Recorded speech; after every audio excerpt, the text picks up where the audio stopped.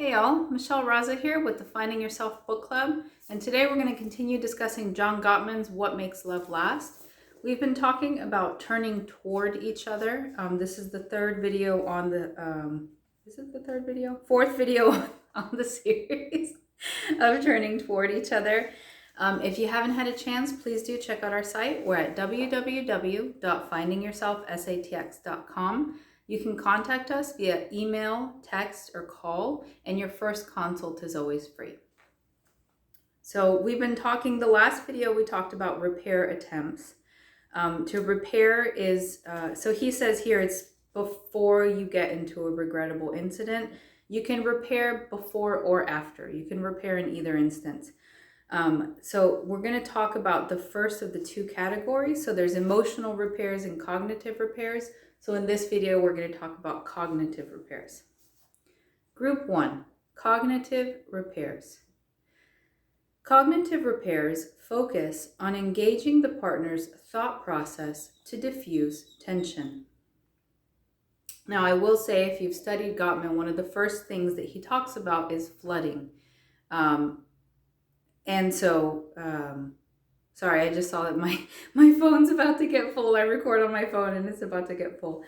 Okay, so flooding is when you're fighting, and I think we've covered it in previous videos reading this book, but it's when you're fighting and then you kind of get like tunnel vision. And so the logical parts of your brain just like they stop working. And so at that point, you're kind of up a creek without a paddle, and you need to take about 20 minutes to diffuse and just stop. And then at that point, you can continue your discussion. So that's part of why I think he said cognitive repairs tend to work. They don't work as well as emotional repairs, because the cognitive part of your brain, the prefrontal cortex that you use for logic and processing, and what like really distinguishes us from our counterparts in the animal world, it stops working when you're stressed out, when you get into a fight or flight mode, it kind of just turns off. But that being said, these are the cognitive repair attempts. These focus on engaging the partner's thought process to diffuse tension. First, define the conflict. You think it's unfair that I left the car without much gas in it, forcing you to stop at the station. My view is, I don't think that should bother you so much. You have so much more free time than I do these days, so let's talk about it. Ask for credit. Point out a recent behavior of yours that was in deference to your partner's wishes. Just like you asked, I did remember to fill up the car last week. Compromise. Find middle ground through mutual cooperation. We could take turns filling it up. Guard. Warn your partner or request that he or she back off from a specific part of an issue. I don't think we should drag into this the issue of who does more of the driving, because that's a separate problem. It's just going to push my buttons. Monitor the conflict. Keep the discussion on track or point out if it's getting too intense. I'm getting riled up by this, or whoa, we're letting this get out of hand. Request direction. Tell me what to say now to make this better. Stop. Try to put an abrupt end to the topic if the discussion has turned destructive. So I will say, I mean, just looking at all of this, the defining the conflict section, you think it's unfair that I left the car without much gas. Just that, like if somebody said that to me, it would immediately set off my defensive mechanisms, because it's using you language instead of I language. And the repairs that I have seen work the most effectively just state the problem as don't ever use you, because that is most likely going to set your partner off in being defensive. You're also telling them what they think. You think it's unfair. I mean, maybe that's true. It's probably true, but they are probably not going to react well. So I wouldn't even say this. You know, the situation is that the car was without much gas and you had to stop at the station. I mean, I don't know. I don't know about all of this, but he does say that cognitive repairs don't work as well as emotional repairs. Asking for credit, just like you said, just like you asked, I did remember to fill up the car last week. Okay, I mean, still, if someone's coming to me with this, I may or may not, right? I'd be like, okay, but that was last week. We're talking about this week.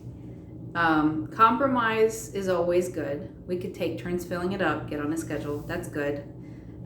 It is very important. So in the guard section, you know, don't go into a tit for tat. Don't pull in separate issues. So if you're talking about one particular conflict, it's very common for partners to be like, you know, well, you forgot to do this and you forgot to do that. And then it becomes a tit for tat of who is the worst partner between the two partners. And that's still not resolving the specific conflict that you're having at the moment, which is about the gas in the tank right now. I think, I mean, when he says that the emotional repairs work better, I think they do. Cognitive repairs, I think if you're really, really far along in your relationship and you're both kind of more in those neutral zones where you don't get nasty when you talk to each other, maybe that might work. But even this, so as soon as one thing that he recommends is using a pulse oximeter on your finger. And if you get above 100 beats per minute on your conflict, you need to stop. You need to take some time and de-stress before you try to continue the conflict. Honestly, I probably wouldn't try the cognitive repairs because you can get into this circle of discussing your two different versions of the truth. And ultimately, whatever you experienced as your truth is your truth, even if your partner doesn't agree. And so talking about how the situation made you feel, you can always validate each other's feelings, even if you don't agree on the exact situation. So, you know, you not putting gas in the car made me feel like you don't care about me. And so then the other person could say, you know, baby, I do care about you, and I'm sorry that it made you feel that way. And that's validating feelings without, like, it just goes into a whole separate realm, which I think is what we'll cover in the next video when we talk about emotional repairs. But these are just really high level tips. The next chapter, Working Through Your Messes, Big and Small, is where he really goes into the details of how to repair, like have that repair conversation. It's very formulaic, and I will say that initially it feels kind of forced or stunted, and you have to both be on board. It's like if you can play a board game together, you can do this together. But if you can't, then maybe you can't, because it feels awkward until you get kind of past that stage and like you internalize it, and then you can just have those conversations without having it feel that way. But anyway, so that was the cognitive repairs, which you can see I didn't put much stock into. And in the next video, we'll talk about the emotional repairs. So thank you for spending some time with me. I look forward to talking with you again tomorrow. Please do check out our website in the meantime. We're at www.findingyourselfsatx.com.